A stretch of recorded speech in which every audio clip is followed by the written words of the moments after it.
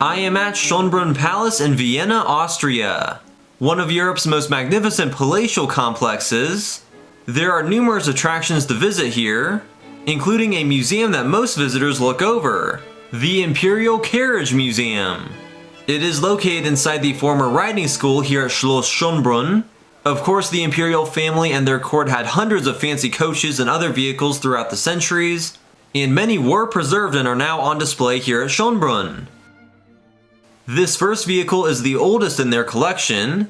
It's a two-seater dress litter, studded with 11,000 gilded nails, and it even has a toilet inside. It was built around 1700. This carriage is incredible. It was built in Paris in 1790 and used by Napoleon for his coronation as the King of Italy in Milan in 1805. Napoleon once sat right in there, and at that time it was completely plated in gold. After the Austrians' final victory over Napoleon, Kaiser Franz I had this carriage brought to Vienna, where it was decorated with his coats of arms. Later on, this Milan carriage was used to bring the new Empress Sissy to Vienna in 1854, in which she apparently sat exhausted and timid on her way to marry the Austrian emperor. When she first arrived at the Habsburg, her diamond diadem got caught on the doorframe and she stumbled out of this carriage. This is the wedding train of Empress Elizabeth. It is a long, white silk and gold embroidered court train that she wore at her wedding to Kaiser Franz Josef at the age of 16. Here are some lavish personal carriages of the Vienna court. This is the state chariot of the Grand Equerry, who was one of the highest court officials, as he was responsible for the stud farms, stables, and carriages of the courts. He was also in charge of arranging transportation. This landau is an example of a uniform design that was introduced for court carriages at the 1815 Congress of Vienna.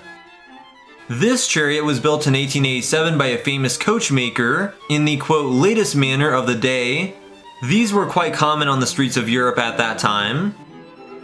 This Victoria a la Demont carriage was fashionable around 1850. It was reserved for personal use by the emperor and his wife, so the newlywed Sissy would often use this one. Here is a magnificent Berlin coach, which was used on important occasions by the imperial family, and it was exhibited at the Vienna World's Fair of 1873 as the highlight of the Austrian carriage display. This is a four-seater personal calash a la Demont. A carriage a la Demont was a carriage without a box, driven by mounted coachmen. This is an extravagant personal town carriage of Empress Elizabeth. It was the most expensive personal carriage made for the Vienna court in the 19th century. Sissy used this on state occasions. That is the black court dress of Empress Sissy. It shows how slender she was. She was obsessed with fitness and keeping in shape, to a rather unhealthy extent. These are carriages of the imperial family's children. These were outlandishly expensive toys and would be drawn by sheep, goats, or ponies. This is the carousel carriage of Empress Maria Theresa. Of course, with her controversial ascension to the throne, she had to fight wars to secure her rights. After the first major victory of the War of the Austrian Succession in 1743, she had a carousel at the Spanish riding school, where the Empress and other court ladies did sporting events, like using lances, swords, and pistols. She participated while driving around in this carriage. These are some magnificently decorated carriages from the Baroque period. When Joseph II was crowned as the King of the Romans in 1764, he made his entry into Frankfurt with his father, Kaiser Franz Stephan, in this coach. It was not painted black back then. It has fantastic panel paintings on it. This painting depicts the triumphal entry of the King of the Romans to Frankfurt in that carriage. This Rococo Berlin carriage is known as the Prince's and Ladies' Carriage. Maria Theresa had this built for her children to use here at Schönbrunn, so a young Marie Antoinette probably rode in this. Here is a portrayal of Empress Maria Theresa, Franz Stephan, and 11 of their 16 children. This fantastic racing sleigh was driven by Joseph II in 1765.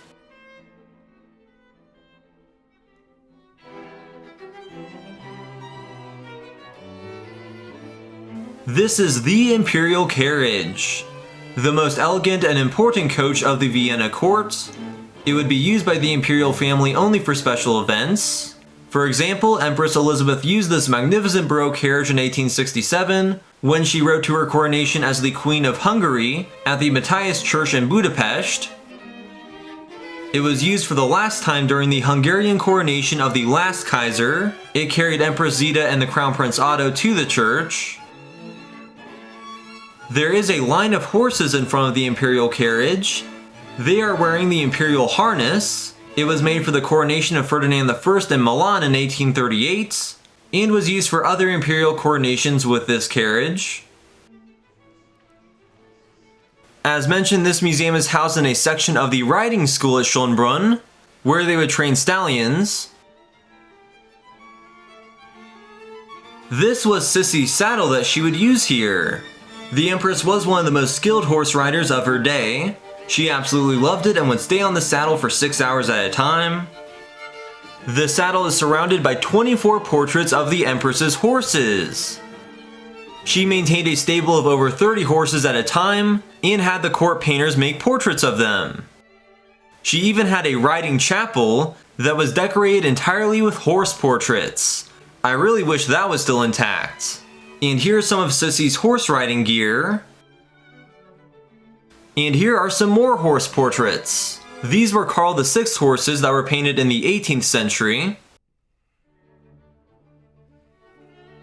This is a great display of the original court wardrobe. There are many different roles represented in these uniforms, including those of Imperial Army officers, and even the curator of the Art History Museum.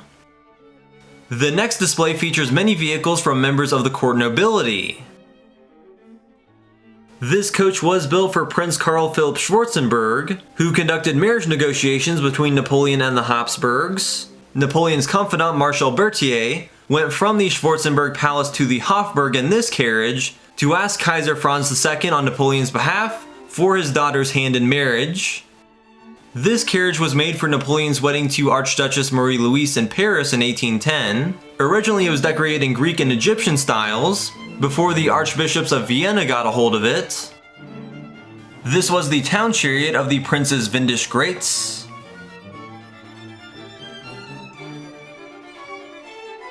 That is a phaeton sleigh with an original harness of the Prince's Windisch Greats. Exclusive public sleigh rides were really popular in Vienna until 1815, when the last one took place during the Congress of Vienna. During that final sleigh ride, the princes used this one covered in leopard skin. This is the hunting carriage of Prince Leopold of Salerno, a son of Kaiser Franz I. It was also called the sausage carriage. Sporty pleasure carriages like this one built in 1876 were modeled on old mail coaches, and the owner of this one drove it in a parade at the Prater. This is the traveling carriage of the Counts of Harrach, built in 1775. These were incredibly expensive back then. That is the traveling carriage of Princess Wilhelmine von Turn und Taxis. This was the hunting sleigh of Crown Prince Rudolf, which was originally exhibited at the Vienna World's Fair. After that, he would use it at his hunting lodge at Mayerling, where he would commit suicide with his 17-year-old mistress. This elegant, large spring suspended personal sleigh was used by Empress Sissy to get around the Schönbrunn grounds in winter. This was the personal landaulet of Empress Elizabeth, the one she used in Geneva. The Empress liked to travel around in this carriage even when trains were an option, so she brought it to Geneva during her visit in 1898, and it turned out to be the last carriage she ever drove, as she was assassinated. This is the Imperial Hearse, which was built in 1876 for funeral processions of the Habsburgs. It was used to transport the body of Sissy to her tomb at the Imperial Crypt. Then 18 years later, it was used in the funeral of Kaiser Franz Josef. It was last used in 1989 for the funeral of former Empress Zita. This is a beautiful hearse with magnificent detail. And this is the traveling sleeping chariots, or Dormus, of Kaiser Franz I. Over the course of his reign, he made 125 journeys to all corners of his empire, and would use this carriage for the longer journeys, as he could sleep inside. This is the Baroque, or Baruch, of Franz I. This model was one of the most popular summer carriages in the early 19th century, although of course the emperor had lots of artistic decorations added.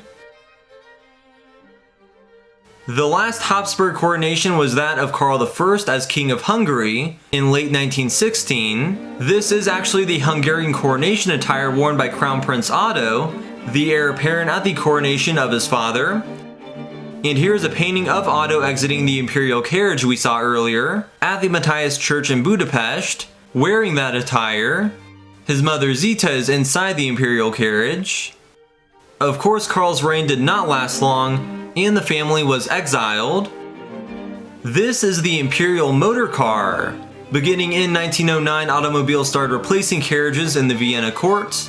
This car is painted in the imperial colors with court green, and the coat of arms is painted on the doors. Karl actually took this car into exile when he left for Switzerland in 1919. It is the only surviving Habsburg court automobile in existence.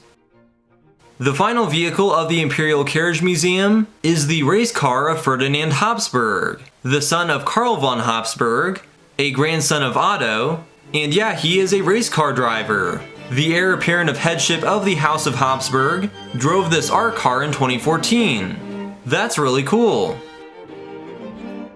So I immensely enjoyed the Imperial Carriage Museum, and I was happy to patronize here because they do allow photography, unlike the palace itself for whatever reason.